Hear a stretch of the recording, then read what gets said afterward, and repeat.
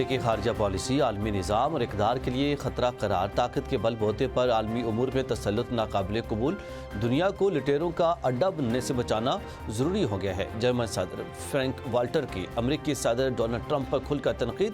German صدر نے کہا کہ امریکہ نے عالمی نظام کو نقصان پہنچایا، واشنگٹن اپنے مفادات کے لیے عالمی قواعد اور ضوابط توڑ رہا ہے، عالمی جمہوریت اور طے شدہ قوانین پر امریکہ کا منفی اثر پڑ رہا ہے۔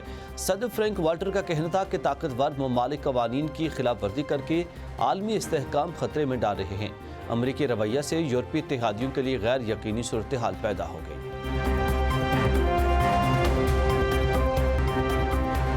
امریکہ میں لاکھوں ڈالرز کی لابنگ کے باوجود بھارت سفارتی محاذ پر ناکام۔ مارکہ حق میں شکست کے بعد بھارت کا سفارتی کمزوریوں کے باعث لابنگ فرمز پر انحصار، کروڑوں روپے خرچ کرنے کے باوجود منہ کی کھانا پڑی۔ امریکی تحقیقاتی ادارے اوپن سیکرٹس اور دی انڈین ایکسپریس نے بھارت کی پیسے کے بل بوتے پر لابنگ بے نقاب کر دی۔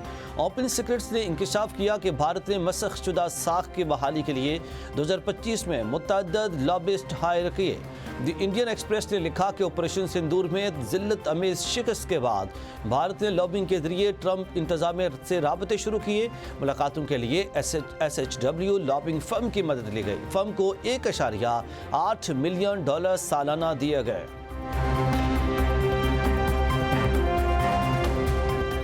وزیراعظم شہباز شریف 18 جنوری سے سوئٹزرلینڈ کا 4 روزہ دورہ کریں گے۔ وزیراعظم ورلڈ اکنامک فورم کے 56ویں اجلاس میں پاکستان کی نمائندگی کریں گے۔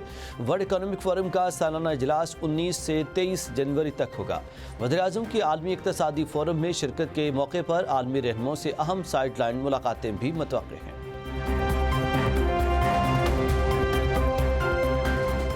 پنجاب کے میدانی علاقوں میں ہر سو دھند ہی دھند، شاہراہیں راستے گم ہو گئے۔ حد نکاح بہتر ہونے پر موٹر ویز کو کئی مقامات سے کھول دیا گیا۔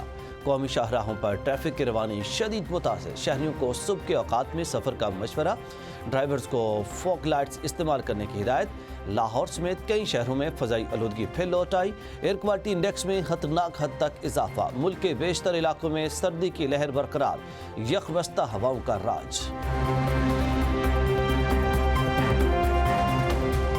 لاہور، راولپنڈی سمیت پنجاب بھر میں بار کونسلز کے انتخابات میں پولنگ کا عمل جاری، بیلٹ پیپرز پر دستخط اور کاغذات کی جانچ پڑتال کے لیے شیخوپورہ بار کا الیکشن مؤخر۔ لاہور بار میں مجموعی طور پر 8 نشستوں پر 27 امیدواران کے مابین کانٹے دار مقابلہ، راولپنڈی بار میں 2 امیدوار بلا مقابلہ کامیاب۔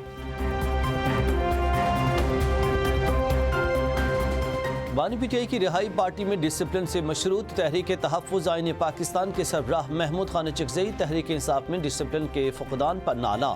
محمود چکزئی نے لاہور میں وکلاء سے خطاب کرتے ہوئے کہا، پارٹی میں ہر 100 افراد کا اپنا صدر ہے، سب آپس میں جھگڑتے ہیں، 100 افراد نکلتے ہیں تو دھکم پیل ہو جاتی ہے۔ بیرسٹر علی ظفر نے کہا کہ پاکستان کی سالمیت سب سے اہم ہے۔ وینزویلا، یورپ، غزہ اور کشمیر میں دیکھیں تو اندازہ ہوگا کہ پاکستان کی سالمیت بہت ضروری ہے۔ بانی پی ٹی آئی کا ہمارے درمیان موجود ہونا پاکستان کی ضرورت ہے۔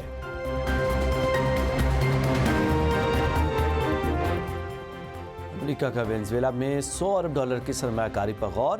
امریکی صدر ٹرمپ سے امریکی تیل کمپنیوں کے عہدیداروں کی ملاقات۔ ٹرمپ نے گفتگو کرتے ہوئے کہا کہ وینزویلا میں کون سی تیل کمپنیاں جائیں گی، اس کا فیصلہ ہم کریں گے۔ تیل کے تاجروں کو مکمل سیکورٹی فراہم کی جائے گی۔ تیل کے کاروبار سے امریکی شہریوں کو فائدہ ہوگا۔ ٹرمپ کا کہنا تھا کہ امریکی کمپنیوں کے پاس وینزویلا میں کام کرنے کا بہترین موقع ہے، وہاں تیل کے بڑے ذخائر ہیں۔